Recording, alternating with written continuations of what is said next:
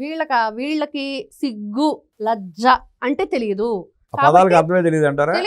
తెలియదు కాబట్టే ఎన్ని మాటలు మీరు ఇంత నీచమైన పనులు చేశారు, ఇంత నికృష్టంగా బతికారు, రైతు కక్కిన కూటికి ఆశపడ్డారు, జలగలాగా రక్తాన్ని పీల్చారు వాళ్ళదని చెప్పి అడుగుతున్నా కూడా అబ్బే మమ్మల్ని కాదులే మాకు డబ్బులే ముఖ్యం అని చెప్పేసి తుడిపేసుకొని పక్కకి వెళ్ళిపోతున్నారు. మొహాన ఉమ్మినా కూడా శుభ్రంగా తుడుచుకొని పక్కకి వెళ్ళిపోతున్నారు. అది వాళ్ళది.